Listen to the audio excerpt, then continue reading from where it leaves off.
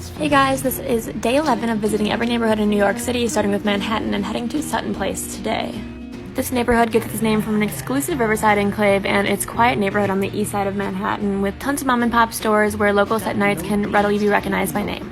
Bordered by the river to the east, the neighborhood stretches from 53rd to 59th Street, and while it's very residential, I found many flower shops, cafes, and quaint restaurants like this flower shop here, and then La Valletta, which is a great Italian place. Sutton Place is a well-manicured neighborhood with lots of unexpected wealth and pre-war buildings that attract high-profile residents. Famous names who have lived here include the Astors, Whitneys, Roosevelts, and Rockefellers. As you can see here, there's a lot of unique architecture that actually mirrors the style of London townhouses, but then there's a ton of little stores, like I said, like this cheese shop is great, and Greats of Craft is a cool cafe that turns into a bar at night.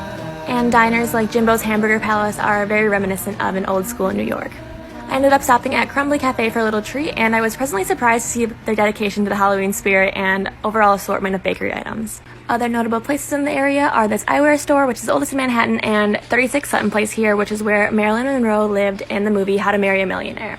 One Sutton Place South is actually one of the more obviously swanky buildings in the area where you can live for an average of $10 million. Sutton Place Park over here is a collection of 5 separate parks, kind of referred to as the 5 parks then, and located at the end of these cul-de-sacs.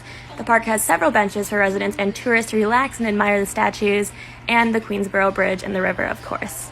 Since this neighborhood has a high cost of living at a slower pace, the residents are skewed towards a bit older of a demographic, but Sutton Barroom here is one of those places you can go that has a lively crowd and happy hours until 8 and 9 p.m. at night. Under the bridge, also, it was a great spot for authentic Greek food, and then of course, Trader Joe's and TJ Maxx you cannot go wrong with. This Bubble is an exclusive indoor tennis club with only 125 members and an extensive waiting list, and another exclusive spot is the gated Riverview Terrace on a cobblestone lane connected to the park where Woody Allen watched the Queensboro Bridge in the 1979 Manhattan movie.